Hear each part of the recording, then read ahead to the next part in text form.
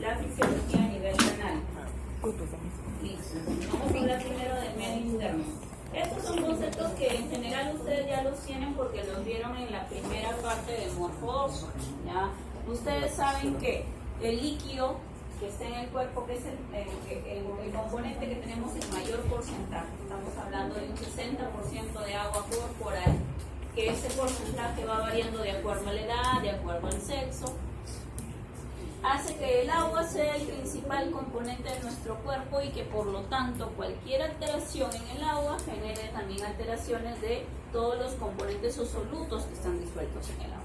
También ya ustedes saben que el líquido en general, ese 60% de agua que tenemos en el cuerpo está distribuido en compartimientos. Compartimientos de líquido, hablamos de un líquido intracelular, que es el líquido que está dentro de todas las células de todos los tejidos, y hablamos de un líquido extracelular. ¿Cómo estaba formado el líquido extracelular a su vez? ¿Por qué compartimientos?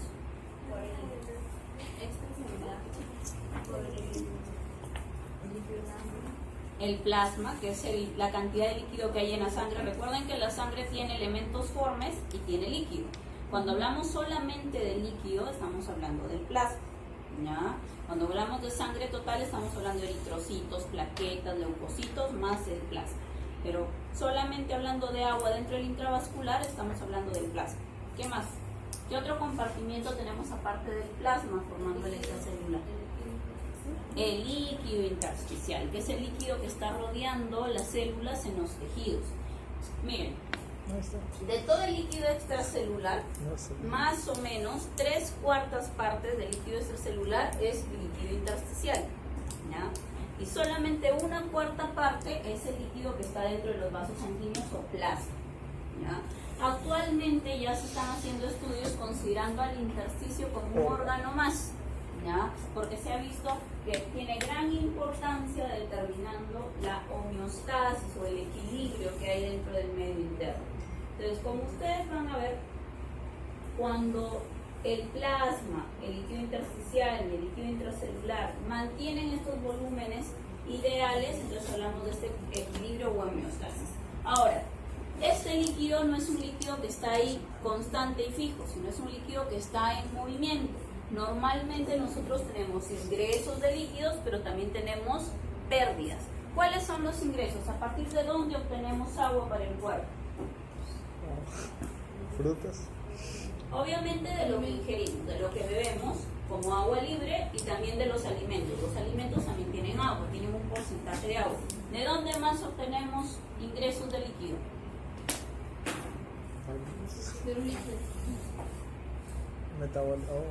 ¿Cómo del metabolismo? ¿Por qué dice del metabolismo? ¿En qué parte del metabolismo obtenemos el agua? Después de la respiración celular. En casi todos los procesos ustedes han visto la anhidrasa carbónica, ¿sí? ¿Recuerdan? Sí. Y que a través de la anhidrasa carbónica yo libero moléculas de agua.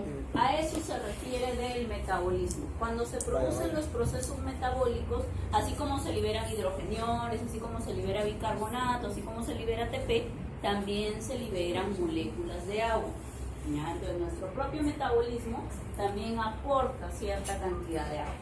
Lo ideal es que lo que nosotros ingresamos también en esa misma proporción lo eliminemos, porque ¿qué pasa si yo aumento los ingresos y no aumento lo que elimino?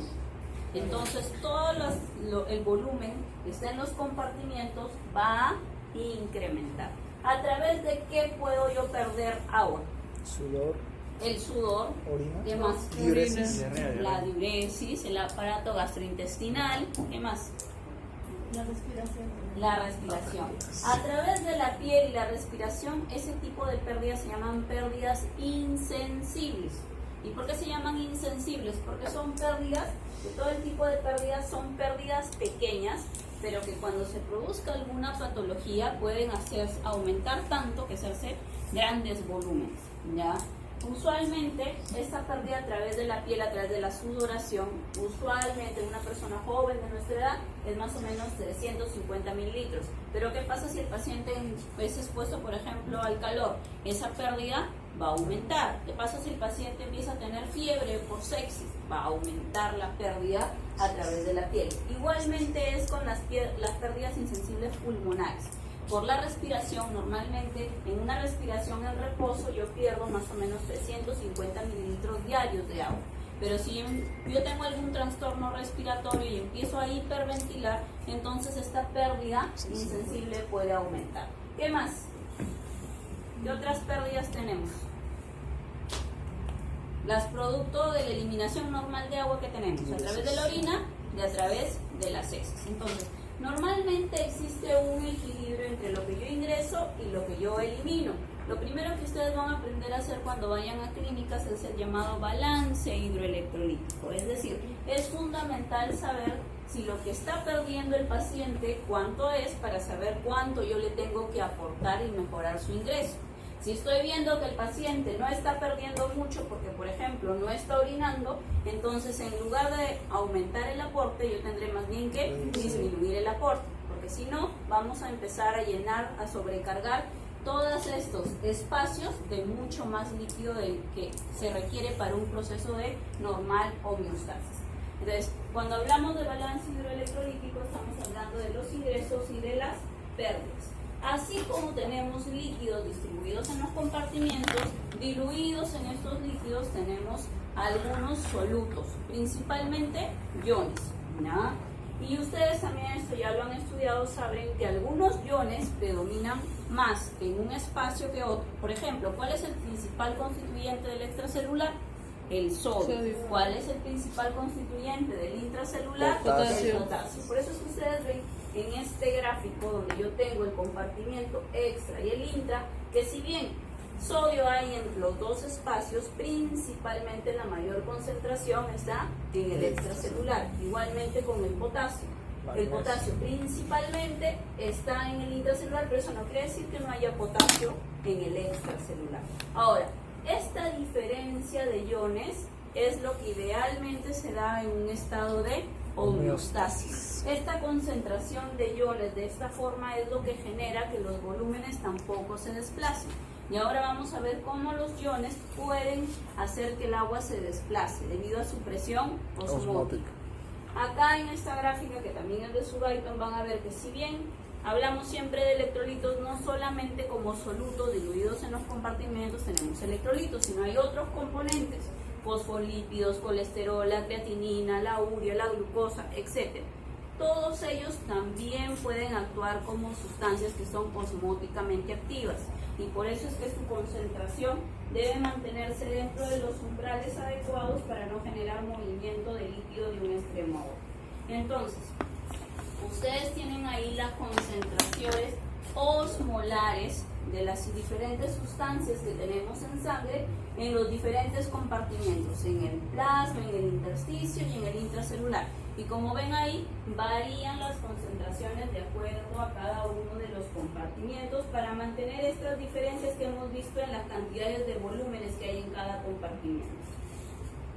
Entonces, ¿cómo es que se ha llegado a estimar cuánto es el volumen de cada compartimento? ¿Cuánto del 60% de agua hay en el intra y cuánto hay en el extra? Bueno, esos volúmenes se han calculado a partir de una ley física muy fácil. Yo tengo aquí en este tanque una cantidad de agua que la conozco, le pongo un volumen, pongamos, le he puesto más o menos 1 litro en esta solución. Mira, 1 litro de agua y no le he puesto ningún soluto. Ya acá en mi jeringa yo he puesto una cantidad de soluto diluida en una cantidad de agua, ¿ya? Entonces yo tengo acá mi soluto diluido en una cantidad de agua. Si yo este soluto diluido lo mezclo en esta cantidad de agua, el soluto se va a diluir aún más. Y cuando yo mida la concentración ahora del soluto acá, una vez ya mezclado en más agua, voy a ver que se va a diluir. Ya no va a ser la misma concentración que en la jeringa. Sabiendo esto, esto mismo se aplicó para determinar los volúmenes de los espacios. Yo no sabía cuál era el volumen, lo quería determinar. Entonces inyectaba una solución que yo sí conocía en una pequeña cantidad y hacía que se diluyera, por ejemplo, en todo el plasma. Luego tomaba una muestra del plasma y veía a cuánto se diluía. Y a partir de la dilución podía determinar el volumen. ¿Cómo? Si yo sé que aquí el indicador de masa es volumen por concentración y acá tengo volumen por concentración, si es la misma sustancia, volumen por concentración en A debe ser lo mismo que volumen por concentración en B. Simplemente por una regla de 3 simple obtengo el volumen. Por ejemplo, supongamos que yo no sé acá cuánto hay de volumen.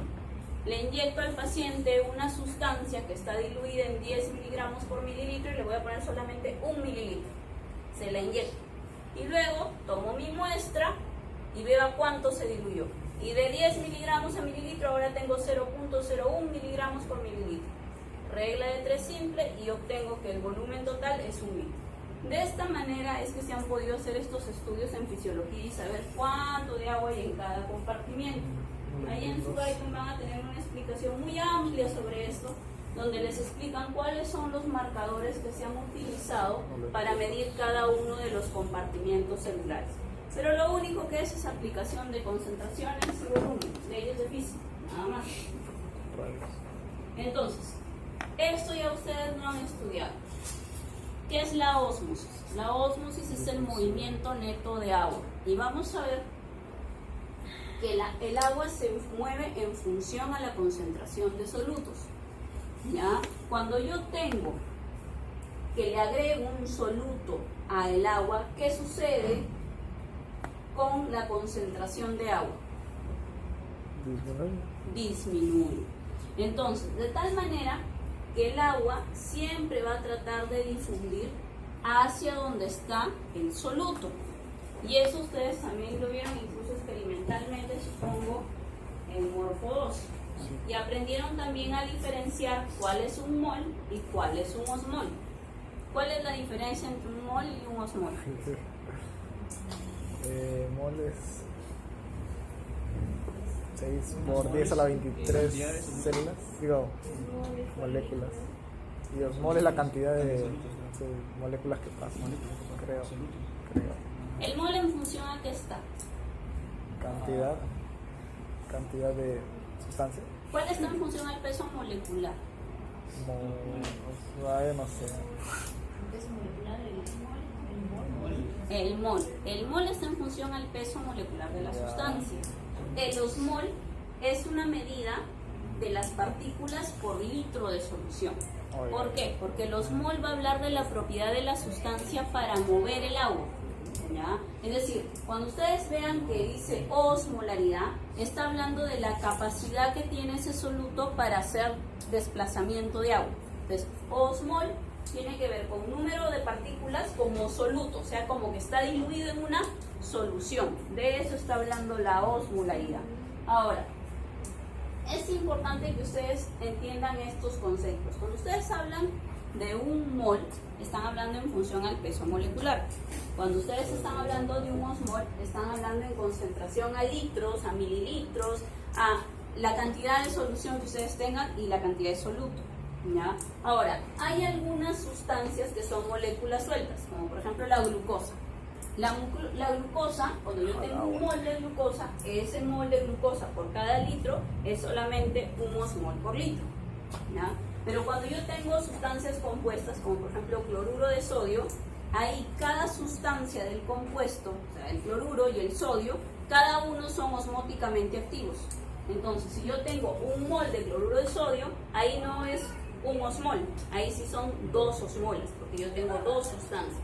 Igualmente, cuando yo tengo una molécula de sulfato de sodio que tiene 3 sustancias, ahí un mol de sulfato de sodio no representa un osmol, sino 3 osmoles. Es decir, recuerden que la osmolaridad habla de la sustancia y cómo la sustancia me jala agua. Si es un compuesto, mientras más partes tenga el compuesto, mayor osmolaridad va a tener. ¿Y por qué es importante que ustedes recuerden este concepto? Porque en clínica lo que ustedes más van a utilizar es la osmolaridad. Ahora, ¿qué diferencia hay entre osmolaridad y osmolaridad?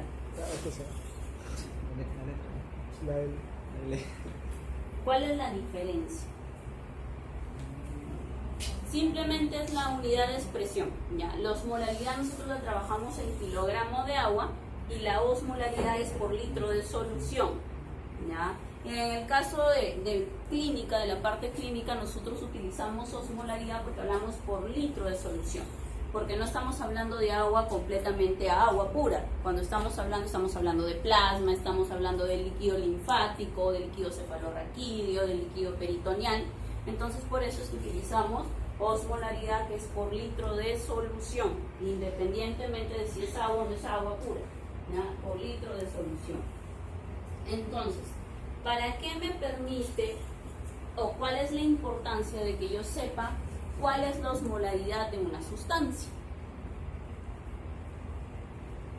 Es porque cuando ustedes han visto que hay cierta cantidad de iones para cada uno de los líquidos, eso determina que de por sí el líquido tenga su propia osmolaridad. ¿Cuál es aproximadamente la osmolaridad normal del plasma? 30. Es de 280 a 325 más o menos, ¿no? Vale. Más o menos. Entonces, ese promedio que se mantiene es la osmolaridad normal del plasma. Si yo al paciente le quiero infundir una sustancia, dependiendo de las condiciones del paciente, me puede servir que yo le infunda una sustancia que tiene la misma osmolaridad del plasma y le llamaré isotónica, o que le infundo una sustancia que es con menos osmolaridad y hablaremos de sustancias hipotónicas, o que le infundo una solución que es más osmolar y que se llama hipertónica.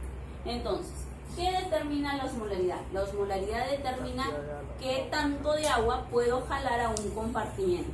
Vamos a ver, por ejemplo, con la solución más usada por todos los médicos y en todas las partes del mundo.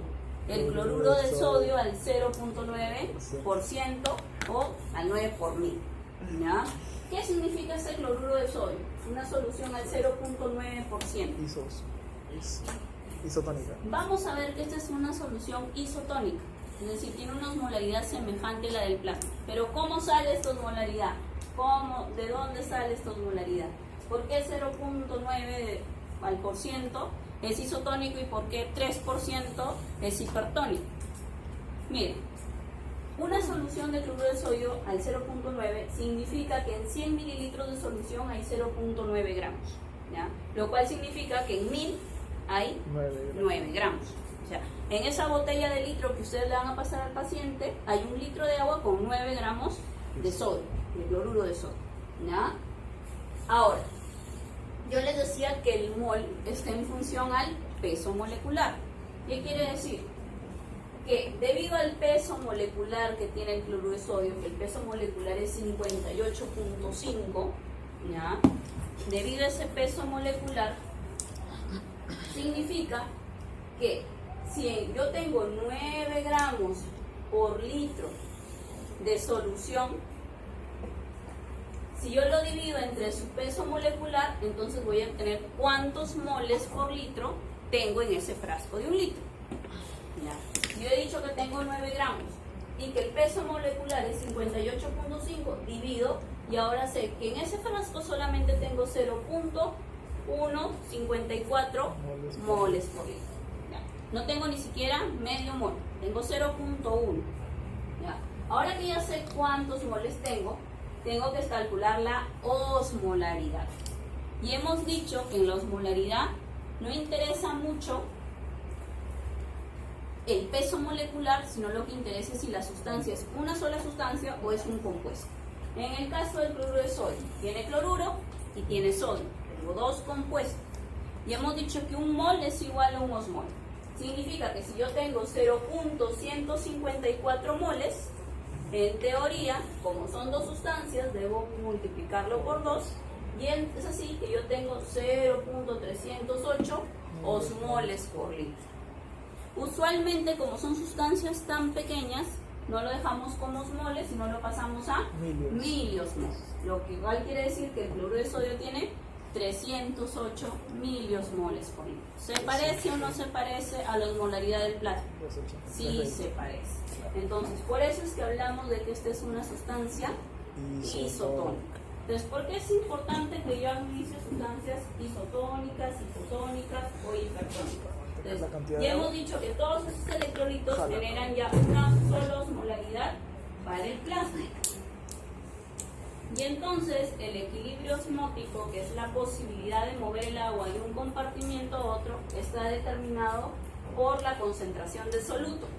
Miren, si yo tengo una célula que tiene una concentración dada de solutos y le pongo una solución que tiene la misma concentración de solutos, ¿qué va a pasar?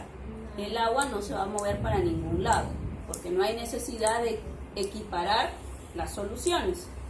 Pero ¿qué pasa si yo a esta célula la pongo en una solución que tiene menor concentración de iones que lo que tiene normalmente la célula? Va a chupar todo el agua, se va a hinchar. Como acá hay poquitos iones, ¿qué va a pasar? Va a absorber agua. El agua se va a tratar de meter para que se concentren los iones en el extracelular. ¿Qué va a pasar con la célula? Se va a hinchar. Entonces, cuando yo doy una solución hipotónica, lo que voy a producir es edema celular. Ya, se va a hinchar la célula. ¿Qué pasa si por el contrario yo le pongo una solución que es hipertónica? Crenación. Sale agua. El agua sale para tratar de diluir la alta concentración de iones que hay en el exterior.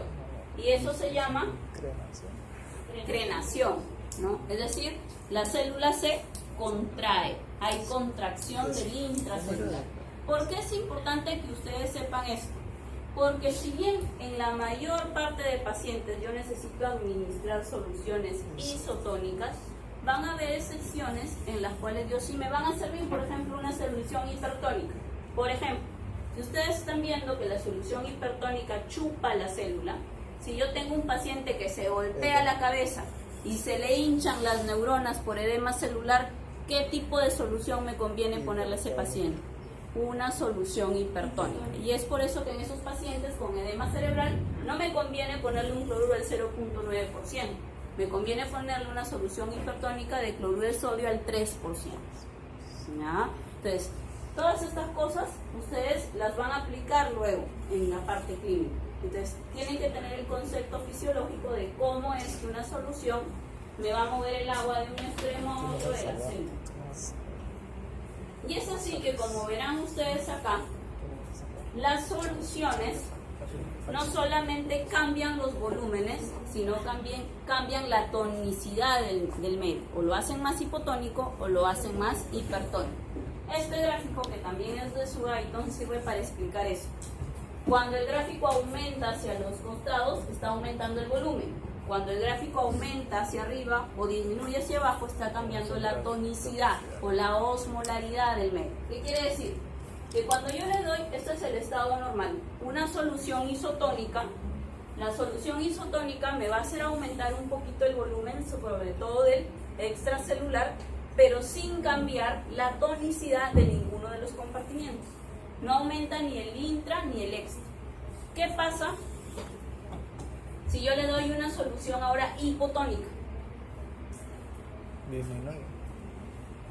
Va a aumentar el volumen del extra, pero también va a aumentar el volumen del intra, porque la célula se va a hinchar. Pero ¿qué va a pasar con la tonicidad de ambos medios? Ambos se van a volver hipotónicos. ¿Qué va a pasar si yo le doy una solución ahora hipertónica? Disminuir el volumen. La solución hipertónica sí me va a cumplir la función de aumentarme un poquito el extra, pero miren qué va a pasar con el intra. Lo va a disminuir en volumen. ¿Y qué va a pasar con la tonicidad? En ambos medios la va a aumentar. Entonces, todos esos criterios hay que tener en cuenta cuando nosotros vamos a utilizar algún tipo de solución endovenosa. Ya no lo entiendo. Ahora, los volúmenes, sin necesidad yo de que hidrate o deshidrate al paciente, pueden cambiar. Las concentraciones plasmáticas de diferentes soluciones pueden cambiar el volumen del plasma. Y cuando hablamos de las anomalías clínicas de la regulación del volumen del líquido, básicamente vamos a hablar del sodio. Ustedes han visto que el sodio es el principal regulador del extracelular. Entonces, cuando yo hablo de cómo cambia el volumen del líquido, sobre todo extracelular, sobre todo a nivel del plasma, la principal causa son alteraciones del sodio. Entonces, En realidad es muy difícil que yo mida osmolaridad plasmática. ¿Qué es más fácil que yo mida? Concentración de sodio. Entonces la concentración de sodio es una forma indirecta de yo ver si la osmolaridad ha disminuido o aumentado. ¿Qué pasaría si el sodio disminuye? Hipotónico. ¿Qué habría pasado con la osmolaridad? Disminuye. Ha disminuido. ¿Qué pasa si el sodio ha aumentado? La osmolaridad ha aumentado, ya que es el principal sólido. Entonces, es muy importante que nosotros determinemos, sobre todo cuando el paciente tiene hiponatremia, porque la hiponatremia es el que da manifestaciones más severas mucho más pronto que la hipernatremia, ¿ya? Entonces, ¿por qué causas podríamos nosotros perder sodio? Deshidratación. O producirse una hiponatremia. Deshidratación. ¿Por qué causas bajaría la concentración de sodio en sangre? Sudor. Uno puede ser porque empiezo a ingresar agua, pero agua libre, sin sodio, y entonces el sodio se me diluye, un exceso de agua, ¿ya? O lo otro es que yo pierda sodio, solamente sodio, ¿ya? Por ejemplo, ¿por qué ustedes podrían perder sodio en mayor proporción que agua? Sudor. ¿No? ¿Recuerdan la parte de fisiología digestiva? La mayor parte de secreciones tienen bastante sodio. Entonces, cuando hay diarrea, cuando hay vómitos, si bien se pierde agua, la proporción pérdida de sodio-agua es mayor pérdida de sodio antes que agua. Entonces, en este caso, se produce hiponatremia, vómitos y diarrea. ¿Qué más? ¿Saben lo que es la enfermedad de Addison? El hipoaldosteronismo. Ahí está. Y cuando se dice que tomamos Falta por ejemplo, más de lo debido de agua, también tiene que ver con Aldosterona, el claro. hiponatremia. No. Sí. Hipo es menos aldosterona. Ahora, miren, en el caso de la enfermedad de Addison, que es el hipoaldosteronismo, lo que pasa es que la aldosterona se encarga de la regulación del sodio. Eso es algo que ustedes van a aprender en endocrino, ¿ya? Pero eso también es una causa. Cuando hay enfermedad de Addison, que es la insuficiencia suprarrenal, la falta de aldosterona también produce pérdidas de sodio a nivel renal. Ahora, en cuanto a la retención excesiva de agua, no es cierto eso de que si yo tomo más agua voy a diluir el sodio. Si yo soy una persona que tiene una función renal normal, el mismo riñón se va a encargar de regular que a mayor volumen de ingesta, mayor eliminación. Lo único que vas a hacer es orinar más. El problema de la retención excesiva de agua es cuando hay o algún problema renal, ¿ya? O sea, hablamos de una sobrehidratación, sobre todo cuando hay una secreción excesiva de hormona antidiurética. ¿Qué hace la hormona antidiurética? Regula la cantidad de acuaporinas. Regula la cantidad de líquido que se puede reabsorber en la parte distal de los túbulos a nivel renal. Es decir, normalmente ya vamos a ver que normalmente se filtra cierta cantidad de líquido de la sangre a los túbulos renales, pero todo ese líquido que se filtra, cierta cantidad se vuelve a reabsorber para ser recuperado al torrente sanguíneo. Esa es la función de la ADH. Cuando falta ADH, las partes distales de los túbulos se hacen, por así decirlo, impermeables al agua, ya no se reabsorbe el agua. Entonces hay algunas patologías donde la secreción de hormona antidiurética excesiva hace que más bien esta reabsorción de agua sea excesiva, y entonces al retener tal cantidad de agua se diluye el sodio. No es que tenga poquito sodio, sino que se ha diluido por el exceso de agua, ¿ya? Es por una producción excesiva de hormona antidiurética. Y la vasopresina. Es igual. Siempre he escuchado algo sobre- Es lo mismo. Es lo mismo. ADH o vasopresina. Es la antidiurética. Es la misma hormona. Ay, Recibe los dos nombres porque su otra función es regular la presión arterial. Listo. Entonces, ¿cuál es la importancia de la hiponatremia y de que identifiquemos la hiponatremia?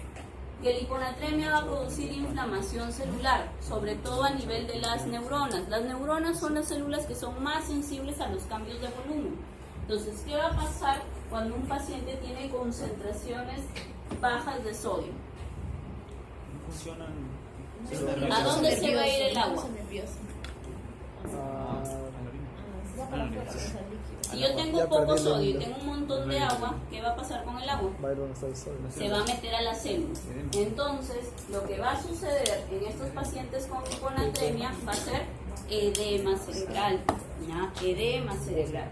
¿Qué va a pasar? Y a medida que las concentraciones de sodio sean más bajas, el edema cerebral va a ser cada vez más intenso.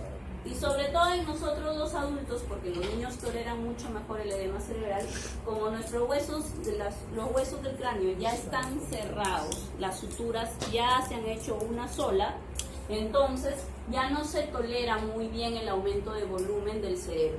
Cuando supera el 10%, entonces el cerebro empieza a tratar de herniarse. ¿Y cuál es el agujero más grande por el que se puede herniar el cerebro? El magno, a nivel del cuello. Ahí el cerebro se presiona contra el cerebelo y todo se hernia y el paciente fallece, ¿ya? Por muerte, por coma primero, entra en coma primero y luego por muerte del tallo cerebral por la presión, por la isquemia, el paciente fallece. Entonces, una hiponatremia puede llevar hasta la muerte, dependiendo del grado de la hiponatremia. Empieza con un edema de las neuronas que progresivamente puede hacerse hasta una herniación y lesión cerebral. Entonces es importante que ustedes determinen rápido cuando tienen un paciente con hiponatremia. Ahora, la mayoría de hiponatremias no son hiponatremias agudas, sino son hiponatremias que se instalan de forma lenta. Eso le llamamos hiponatremia crónica. Y cuando se hace hiponatremia crónica, usualmente hay mecanismos que se encargan de tratar de mover solutos dentro de la célula para disminuir un poco el edema dentro de la neurona. De tal manera que en ese tipo de hiponatremias, si bien cuando yo detecto un paciente con 122, 124 de cloruro de sodio en sangre, entonces ¿qué tengo que hacer? Tengo que reponerle el sodio, pero jamás debe reponerse rápido, porque cuando se repone rápido se va a producir una lesión tipo desmielinización, ¿ya? La torsada de Points.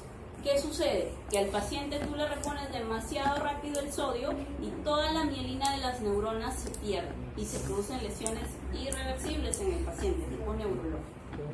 ¿Ya? Entonces, es importante que ustedes aprendan que la corrección se hace de esa forma, de 10 a 12 milimoles cada 24 horas.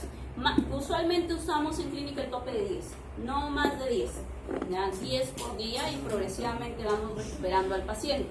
Sobre todo si hemos visto que el paciente ha hecho una hiponatremia progresiva. Entonces este gráfico, que también lo tienen en el Gaiton, es para que ustedes vean que bien en una hiponatremia aguda a veces sí es importante reducir rápido las concentraciones de sodio.